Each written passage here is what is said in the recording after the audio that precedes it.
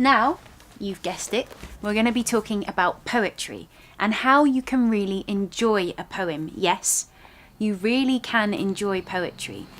I want you to forget about the terminology and the technique and really indulge in the magic of a poem. This is something I found earlier and I think you might find it interesting.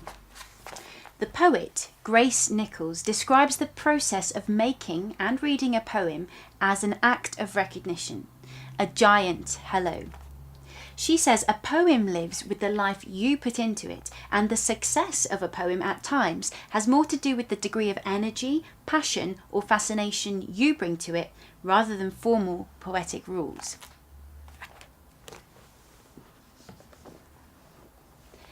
Compared with other forms of literature, the impact a poem has upon the reader has been compared to a lightning strike, a hammer blow, but perhaps my favourite comparison is from Ted Hughes, and he compares a poem to a clenched fist.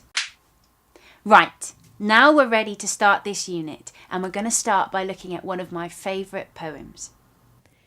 To see a world in a grain of sand, and a heaven in a wild flower. Hold infinity in the palm of your hand, and eternity in an hour. So what does this mean? Well, Blake suggests simply and straightforwardly a passionate attachment to the beauty he found in even the smallest particles around him.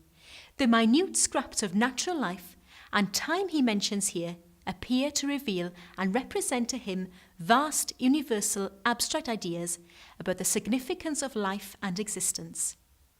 Look at the contrasting semantic fields in this one simple verse.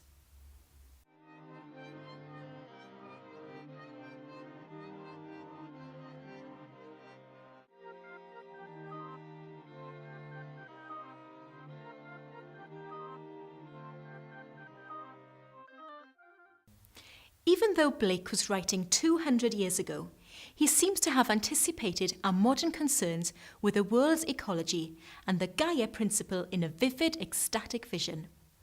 Later in the poem, he shows his anger at the mistreatment of animals, another modern cause. A robin redbreast in a cage puts all heaven in a rage. He suggests, with a visceral image, how hunting animals affected his own mind and feelings.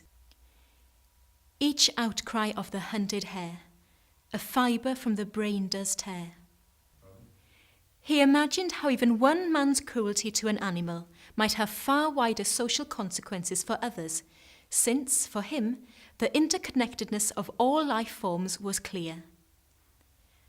A dog starved at his master's gate predicts the ruin of the state. So we ask ourselves, was William Blake an early environmentalist and animal rights supporter before his time? The assessment objective for our focus is Assessment Objective 2I. Candidates should be able to respond with knowledge and understanding to literary texts of different types and periods. It's really important that your knowledge and understanding must include some awareness of the historical and social context. In the case of our opening poem by Blake, some of his ideas and language are amazingly straightforward and contemporary, but you might need to realise that he was also warning against the effects of industry and science at the time, such as the discoveries of Newton.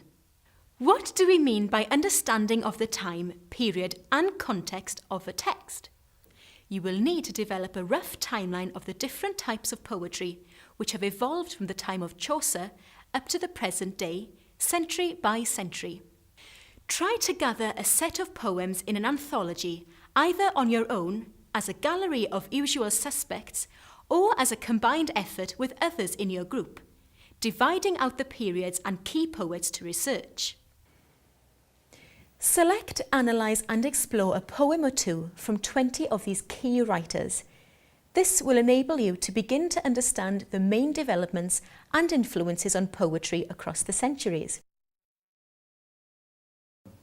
But do remember the way we describe groups or movements in poetry, using general terms such as romantic, represents only a very broad description of text. Treat these labels with caution, because they are very vague definitions. Try researching the web for copies of individual poems if you don't have a good anthology. It's interesting to note that women poets began to come into their own during the reign of Queen Victoria and are now a major force within the genre. Notice too, we have not included the 20th century, since you will probably already have reasonable awareness of the many major 20th century poets. It's developing a timeline for previous poets and the key trends in the periods and verse that's going to help you the most. Here's a cheat. Okay, an examination tip. Never let your biographical or contextual knowledge distract you from the business of a poem if you're writing about it in an examination. Use this knowledge more as a way into the key ideas and attitudes fashionable during a period, and as context, rather than something to write about for its own sake. If you can make a valid illuminating connection with a poem or poems, then make it, but do this briefly. So, how are we to make sense of a poem and enjoy it? By using the example of Domestic Flight by Fred Daguerre, I'm going to show you how to understand a poem, or more importantly, what questions to ask. Fred Daguerre is a modern poet born in Britain, but brought up in Guyana. It comes from his collection, British Subjects. Many of the poems reflect his perceptions of migration, belongingness, what is home, and the legacies of colonialism, as the title of the collection suggests. Listen carefully to Zara reading the poem, and start to paint pictures in your mind as you hear the words.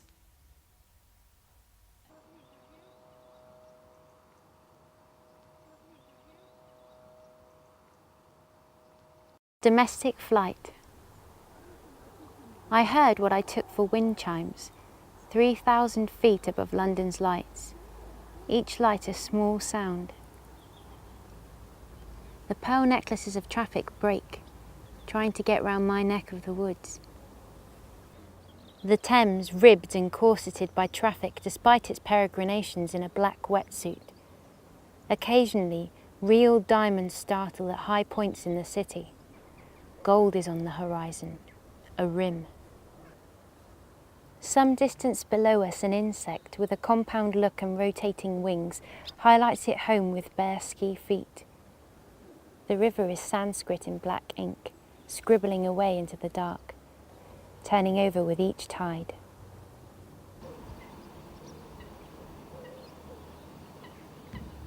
To start with, we need to ask the following questions.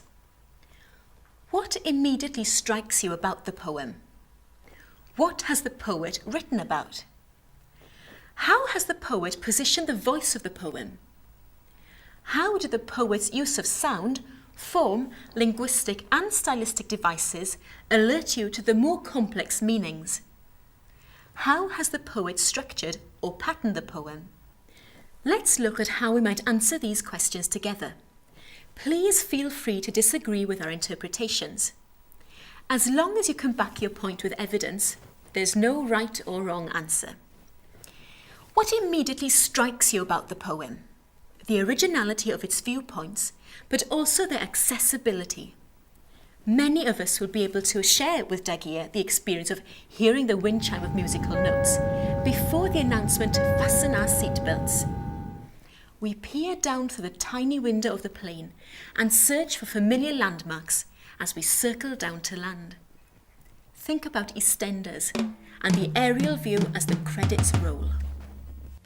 We like the way he personifies the River Thames, ribbed and corseted by the traffic on the roads, until, in its twisting peregrinations or journeyings, it appears to be wearing a wetsuit. Personification is a device where an abstract noun or an inanimate object is addressed as if it had human attributes. But most of all, we like the way the last verse startles us by widening and deepening the meaning of the poem through Daguerre's use of image and comparison. What has the poet written about? We have already mentioned that the poem seems to be about the poet's thoughts and feelings, probably as he's descending for landing on a domestic flight at a time when he lived in London. At first reading, It seems to be a descriptive poem where the poet reflects on the visual images seen through the narrow frame of the aircraft's window. However, as you read the poem again, the way these images accumulate, resonate with each other and link in your mind almost like separate jewels in a necklace, means they spark off deeper meanings and significances. The River Thames is foregrounded in the poem, as is the ceaseless traffic and the watchful helicopter below. Broader aspects of the city, possibly as a centre of business and wealth, and thoughts of home, my neck of the woods, are also mentioned or hinted at. The way Daguerre pulls into our minds the history of the different cultures of the world offers a final, universal reading for the poem. How has the poet positioned the voice of the poem? Okay, Domestic Flight is written in the first person, with the personal pronoun I used twice in the first line of the stanza. He uses the past tense, which gives the effect of the poet directly speaking the poem to us. Subsequent stanzas move the reader of the poem or listener into the present tense. In the second stanza, he uses the possessive pronoun my, but after this, the poem becomes more third person. The poets engage in the immediacy of what he is seeing, with no further use of personal pronouns. It is as if the poet is now more engaged in his thought process, but not in a selfish or patronising way. He confidently assumes that we will follow him and share his swift responses to the changing landscapes below. Listen carefully. Gold is on the horizon, a rim. Here, you can maybe imagine the plane circling, letting the poet glimpse the last glittering low rim of sunset beneath the eyelid of darkness and night. Or might it represent distant low ring and haze of pollution, which you often see from a plane? We may need to dig deeper into the meanings and combinations of meanings in the poem to find out. How do the poet's use of sound, linguistic and stylistic devices alert you to these more complex meanings? Sound is always the most important way into a poem, since poems are designed to be read out loud. You should be able to guess at the tone of the mood of a poem from the sound alone, even if you don't fully understand it. Let's just listen to Zara for a moment.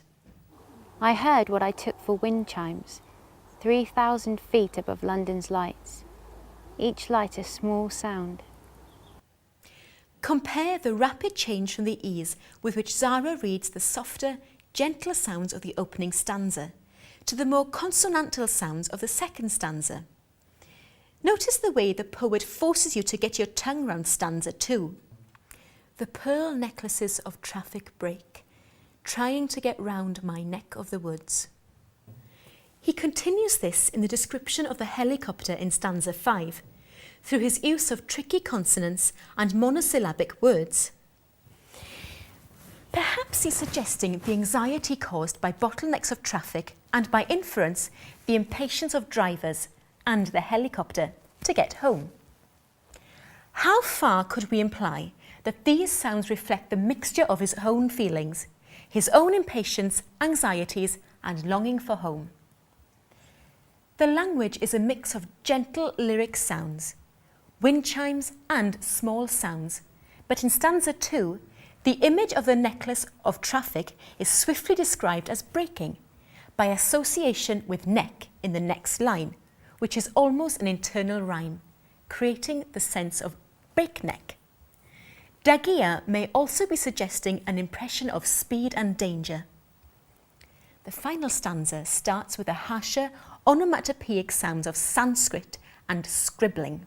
Onomatopoeia is the device whereby the sound a word makes symbolises its meaning. But then Daguerre counteracts these by moving to the longer, more open vowel sounds and lyricism of the last 2 lines. Away into the dark, turning over with each tide. This seems to round the poem off more philosophically and reflectively. There are echoes of other famous poems about the Thames, such as the Elizabethan Sweet Thames Run Softly Till I End My Song by Edmund Spenser, and the sonnet Composed upon Westminster Bridge by William Wordsworth. Linguistic and stylistic devices. The poem seems to work less through rhyme than through alliteration. Alliteration is the device whereby one or more words in the line have the same consonant at the beginning. London's lights, Sanskrit, scribbling, and turning tide. Work your way through the poem and see if you can find any other examples of this. Possibly, through the subtle use of alliteration, Dagia is cleverly referring to the ancient nature of the Thames and the settlements of the city it has shaped, and the way poets have marvelled at it through the ages using this device.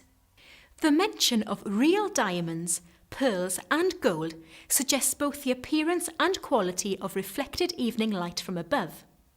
It may also imply the riches, trade, another form of traffic, and wealth which have built the city. The transience and illusion of wealth seems to Dagia, on the one hand, a trick of the light, natural and visually beautiful, but on the other hand, just beyond our grasp, always on the horizon. The powerful cultural driving forces of trade and wealth may also mask more suspicious acquisitions or criminal activities. This is suggested by the hovering insect with its compound eye, a slightly sinister metaphor of surveillance. Dagia's fascination with and admiration for the River Thames and its vigour and history gradually grows upon us as we work on the poem. He seems to view it as a familiar friend, a predictable fellow poet, writing away in the darkness, an iconic source of fertility and inspiration.